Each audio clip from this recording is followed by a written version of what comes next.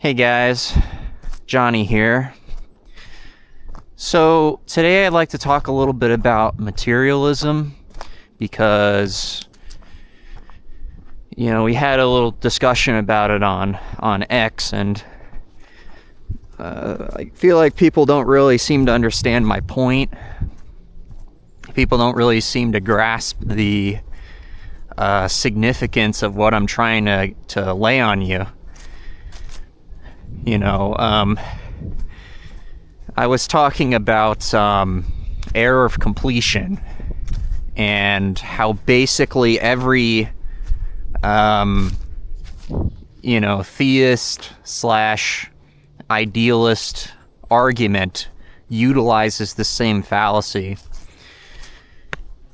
And I was also trying to get across how important it is to understand our physical world, right? Our material world. Because as nationalists, we really have to start from the world as it is, and theism, idealism, these are ways of thinking that censor the first principles that you need in order to understand our material conditions. So, what was that? So, I have this concept, this psychological concept that I call completion. Now, the basic idea of completion is that our brain is wired to interpret ambiguousness or ambiguity. So, for example, that noise I just heard, it sounded like an owl or something. Well, my brain is going to try and interpret that sound, for purposes of survival. So I might be imagining an owl or a chicken, or whatever, to try and resolve that ambiguity. And so, that's just the way our brain is wired. Whenever we see something or hear something, hear about something that we can't explain or that we don't know the source of, then we try to fill in the blanks. Now,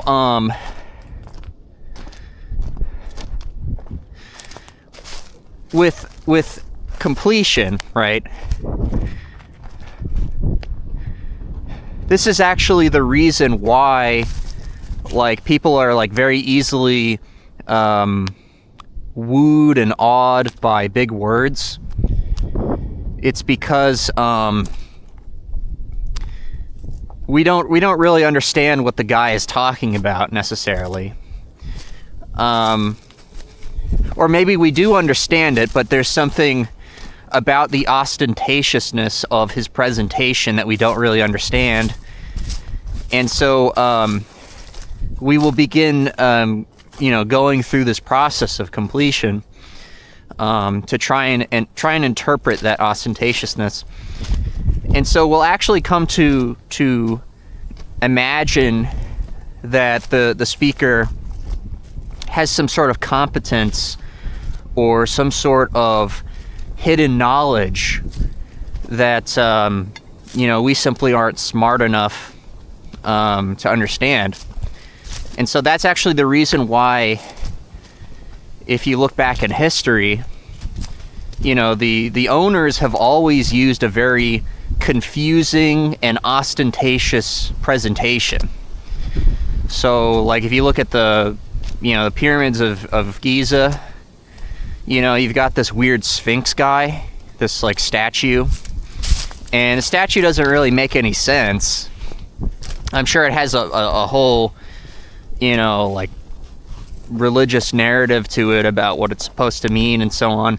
But really, it's just a baffling image. It's just a baffling, why would you make a stone look like some sort of like Catman. Like, it doesn't really make a whole lot of sense. And so you begin reasoning, your brain begins reasoning that there must be some sort of purpose to it, because it's just sort of biased in that way. And so it legitimizes the owners. It legitimizes them through intimidation alone.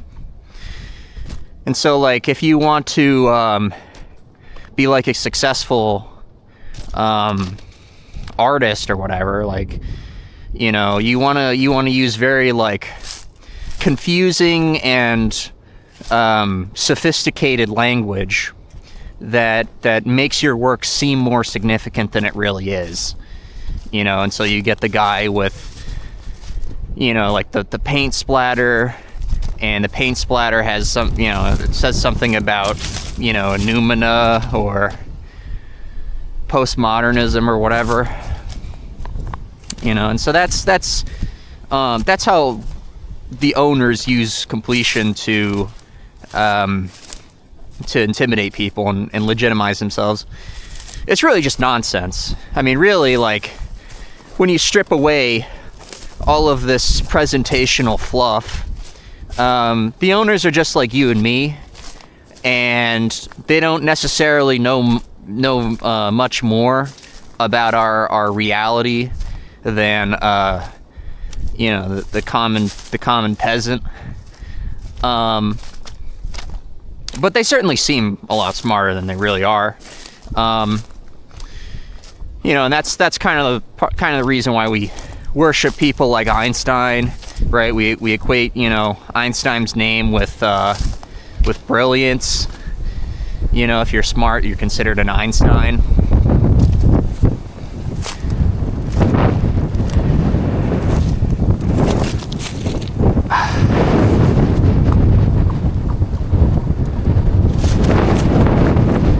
You know, and it's funny because Einstein, you know, his math is good. You know, don't get me wrong, he did some pretty good math. But it's like, you know, his arguments about gravity and space-time are nonsense. And they're nonsense before you even get to proof. Because they're all based in the fallacy of reification.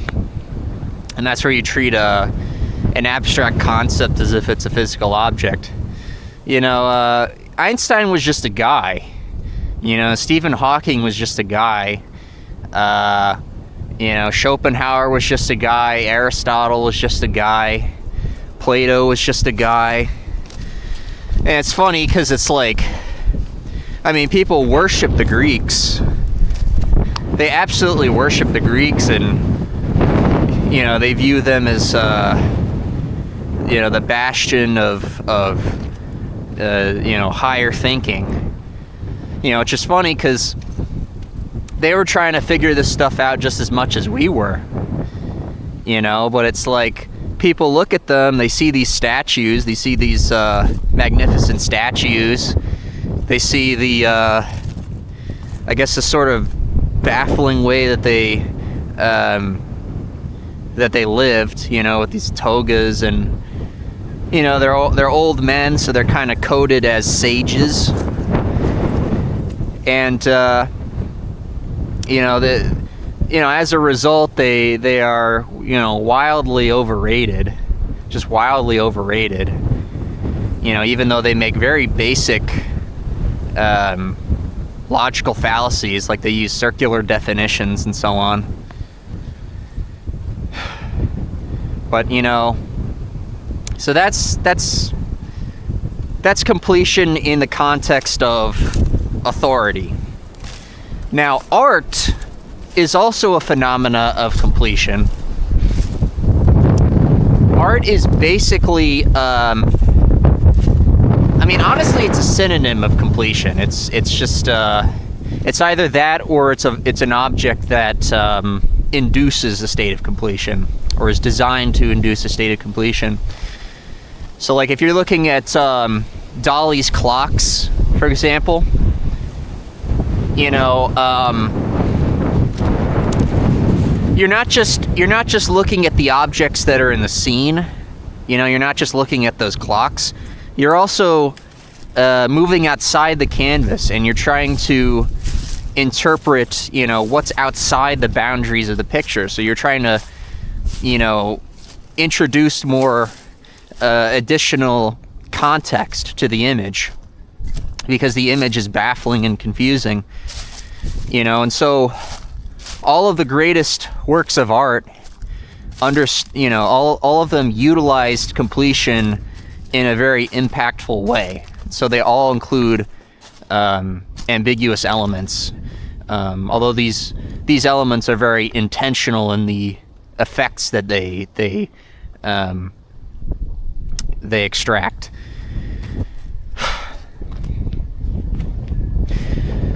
So, what is error of completion? Now, error of completion, it basically explains why irrational explanations or supernatural explanations feel convincing, or why they feel,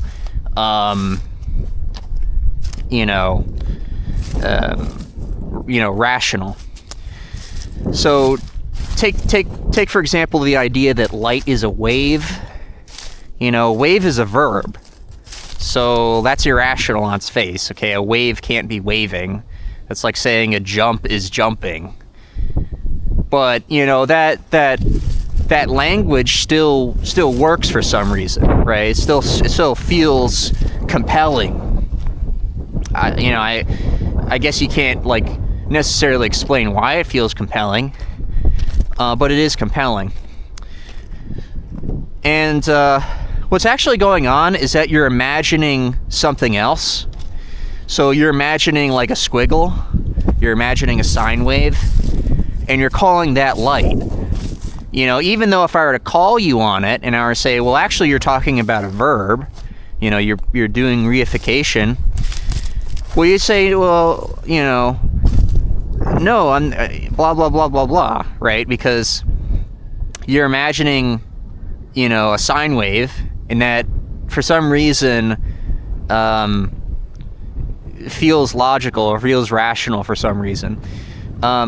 This is actually because during completion, if your brain just gets stumped enough, you'll just keep generating images until you hit on something that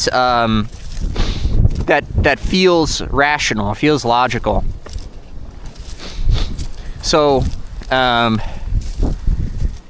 you know, if you're dead set on the idea of, I don't know, a ghost in your house, you know, and you start imagining, well, how the ghost goes through the walls, you know, your brain is going to generate something to interpret that ambiguity, and it'll settle on an image or a range of images that just so happen to induce that feeling.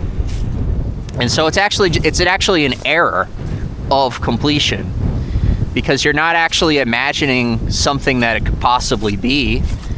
I mean, how do you imagine a verb verbing, right? How do you imagine a wave waving? You know, like, you can't. So you're gonna imagine something, and eventually one of those somethings is going to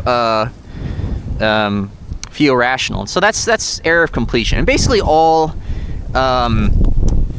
metaphysical, you know, idealist / theist arguments rely upon error of completion.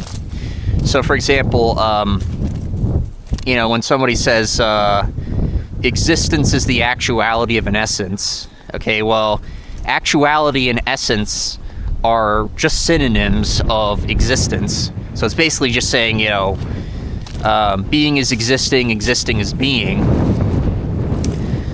But it's like you imagine stuff, like you imagine like a glowing shape or a squiggle in a void, you know, a bunch of geometry, or just something random that for whatever reason gives you the feeling of a rational explanation. And so that's why statements like that, you know, feel like they're they're telling you something that you could sink your teeth into when they're really just giving you synonyms. They really haven't told you anything at all. Oh, there's a turkey. You know, like, you know, that's another thing. Object permanence. I don't know if I told you guys about this, but object permanence is a type of completion. Those turkeys right there, I'm imagining them even though I can't see them. You know, I can imagine the turkey walking out even though I can't totally see him. You know, and this is something that, like, very small children learn how to do. You know, basically any intelligent life forms like crows or, you know, dolphins, etc. Like, they have object permanence. So they can, if you hide an object from a chicken, the chicken can still imagine where the object is. It can still imagine the object behind the cup or whatever thing you've hidden it under. You know, and it's actually funny. I've been meaning to do some experiments on chickens, because you can actually hypnotize them by, you know, like drawing like you hold the chicken to the ground, right? You hold the chicken to the ground, and then you draw a line.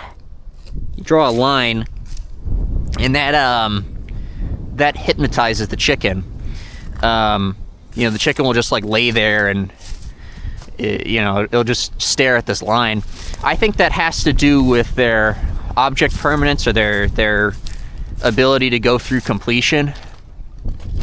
So, like, they're actually trying to interpret the line. I don't think it's because it looks like a snake, because chickens actually like kill snakes. They actually like hunt them.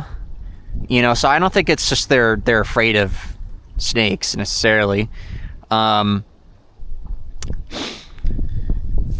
Like, I don't think it's like, because, like, I know, like, if you put a cucumber behind a cat, it's like when the cat sees it, it'll jump up in the air like it's a snake or something. I'm not sure if it's, I'm not sure if that's the same thing. So, like, what I was thinking was that, as they're going through, completion to try and interpret this line, that they aren't able to figure it out, and so what happens is that their brain basically just like crashes. That was you know, they just get exhausted thinking about it. So, because like a similar thing happens actually when you twirl your finger around the chicken's head. The chicken will just like pass out. You know, so I think they just have very primitive brains, and they just get exhausted very easily. You know, you because, like, if you think about it, like, they are wired to, like, actually figure out the problem, and it's like you're introducing a very, like, intellectual problem to a chicken, and it's like the chicken isn't going to be able to figure it out, but it's wired to do that anyway, so it just gets exhausted. So all idealist, you know, theist arguments, they rely upon error of completion, and you know, they're basically just imagining things that aren't the thing they're talking about. So they'll start talking about God, and they'll literally imagine you know, an old man, you know, in space or something. But it's like when you call them on it, they're like, well, no, God is everything and nothing at the same time, right? And you go, okay, well, okay. So why, you know, like why, like, how are you even able to tell us anything about him is my point. Like, because if God is some sort of incomprehensible thing, well, we have no idea. We have no way of even talking about him or even making any assumptions about his beliefs or his commandments or whatever. You know, like, just because you have some book, like, just because you have a book that says a bunch of stuff about him, like what? Are we just assuming how he works? Are we assuming, like, I mean, the whole premise of him makes no sense, because it's like if I were to talk about like a magical dimension that we couldn't experience, or we could only experience like a part of it. It's like, well, like, how are you even telling me about this? So it's just a contradiction. It's a really simple contradiction, but they insist it's not. They insist that they can understand like part of how it works or something, because something that they saw or something that they heard about, and it's like they're imagining something, and to them it makes sense because there's something appearing in their head, and this something feels rational, feels logical, but it's usually just like a bunch of shapes, or it's like an angel, or like, I don't know, like the Milky Way galaxy. Just something completely unrelated, and that's how it all fits together for them.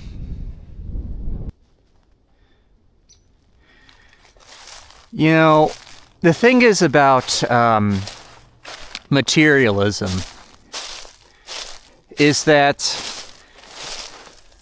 people really don't want to understand our reality, because when you understand something, you can't go through completion anymore. It's done. Like you've already figured out how the thing works, and so that's kind of it. You can't like project your own fantasies. You can't project all these special transcendent realities onto the thing that you now understand. And so it's interesting because on one hand, these philosopher people, these idealists, they do a lot of research into these transcendent whatevers, but it's like the very premise of even understanding those things is like poisonous to them. Because if they were to actually understand how it works, then it would be, mechanistic or whatever. And, and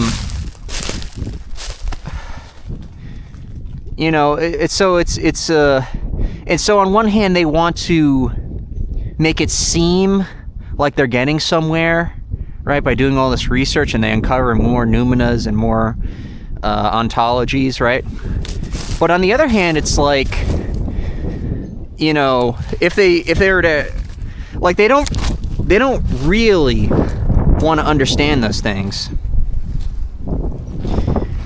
and so materialism to them is just totally poisonous, because when you're a materialist, it's like you have to actually appraise your material conditions. You can't just assume that there's better material conditions elsewhere in some other reality.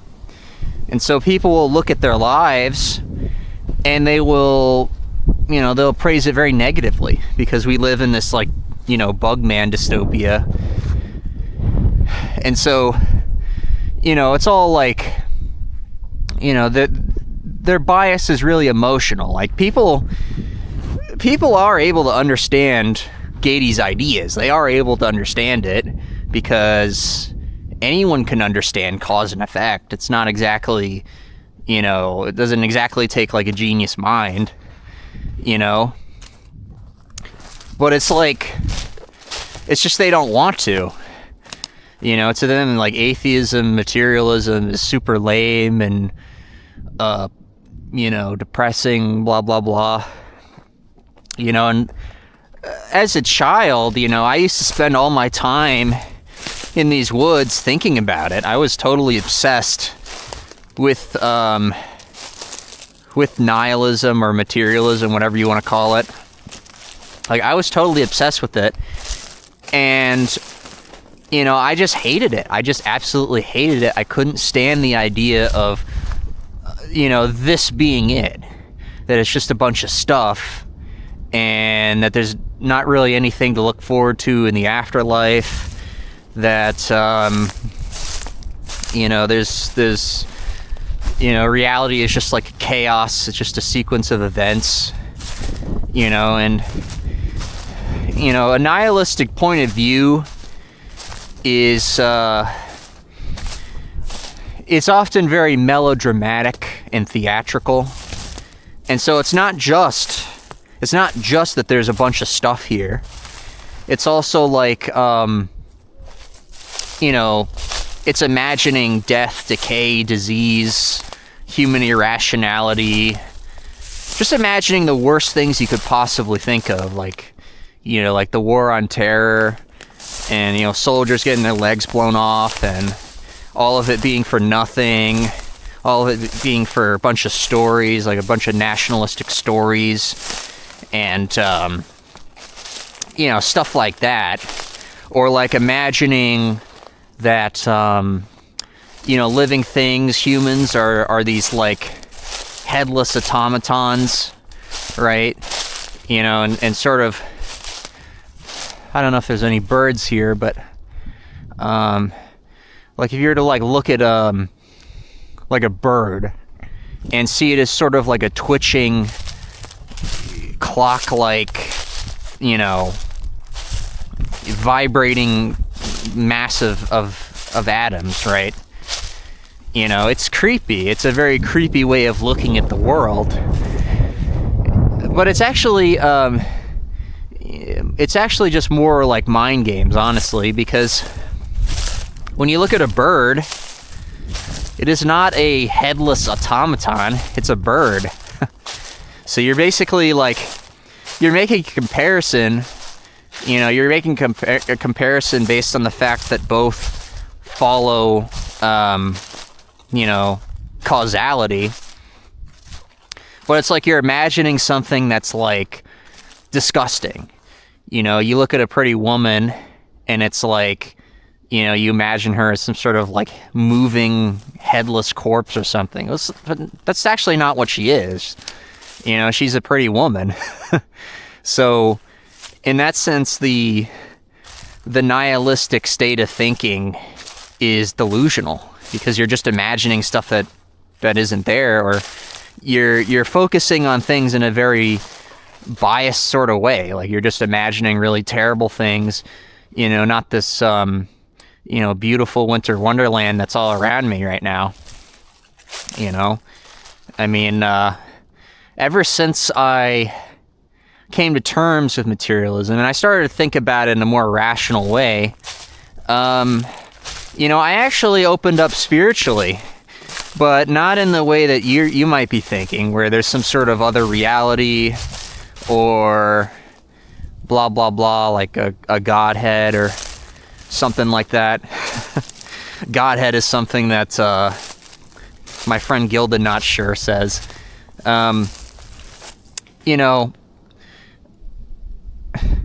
I define spirituality differently from other people. To me, spirituality is simply it's a state of euphoria. Not to sound like that atheist guy on Reddit. But ultimately, what these people are talking about is euphoria. It's euphoria brought on by, their sort of theistic thinking, their idealistic musing, their fantasizing. I'm allowed to fantasize. I'm allowed to have an imagination. I'm allowed to appreciate things, and when I do that, like, I do feel this thing that we call euphoria, and so in that sense, I have become a pretty spiritual person. I have been spending a lot more time in nature, and that's part of the reason why I got this camera, is so that I could share it with you guys. I'm not like afraid to, jump into a thorny bush like this, because I like experiencing nature. I like, feeling, or putting myself in an environment where I'm more likely to experience this thing called euphoria, because I don't think you could really experience it in a city, just simply because of the way that our brain evolved. Like, our brain evolved with pictures of woods, coming into our brain. It didn't evolve with these concrete caves, these megaliths, right? So people are a lot less happy in the city, and so they think in a more like liberal way, I guess. Whereas people in the city, people in the country, are just more happy, and they have like more natural sets of images coming in, And I'm sure that the types of images come in affect this thing that we call beauty, right? Beauty probably has something to do with certain natural forms that we just sort of like for whatever reason we like. So for example, I noticed when I took some footage of a horse and I like applied this like pixelated filter to it, that it starts sparkling in this really like colorful way, and I thought it was so beautiful. And then I remembered, this is like kind of like what flowers look like. And I think we probably like flowers because flowers portend like good resources. So like if you're in an area with lots of flowers, flowers make food, and so flowers are these like very visible landmarks that show you where there's lots of food. And so we're going to find that quote unquote beautiful. So a spiritual euphoria is dependent on our material conditions, right? So it's dependent on the atoms that are going through your brain. It's dependent on your exterior environment, the environment that you're sensing. So when you say that you hate materialism, that materialism's so awful, and that you hate this mechanistic universe, mechanism just meaning cause and effect, well, what you're actually saying is that you have poor material conditions. That's ultimately what you're saying about. Happiness is something that you have to fight for. It's not something that like you get for free. Like it's something that every animal has to go out and acquire, right? And what happens is that because humans are so intelligent, we're able to fantasize, we're able to change our material conditions manually by just sort of, thinking positively, fantasizing. And so if you're the guy who, gets trapped in a torture dungeon, right? He's going to live out the rest of his days in prison or, getting tortured, and he's going to have a very negative environment. Well, then he's just going to delude himself. He's just going to imagine things that make him feel good. And so a lot of religion is this. A lot of religion is like you just have like a really bad life. You just have like you just have lots of anxiety and guilt and shame, and like it's a lot like drinking. It's a way of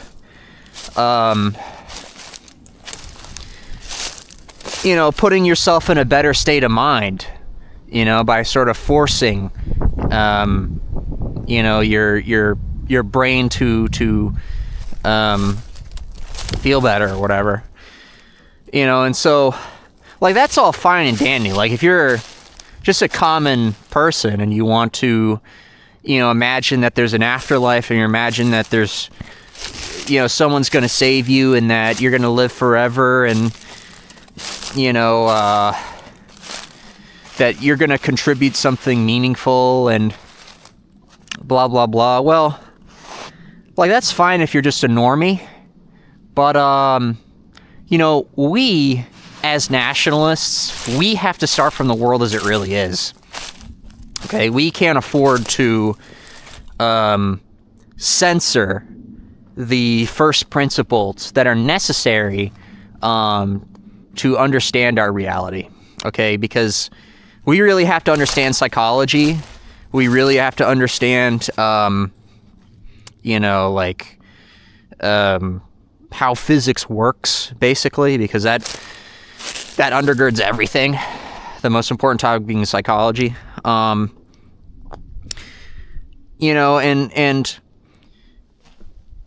if you censor those topics by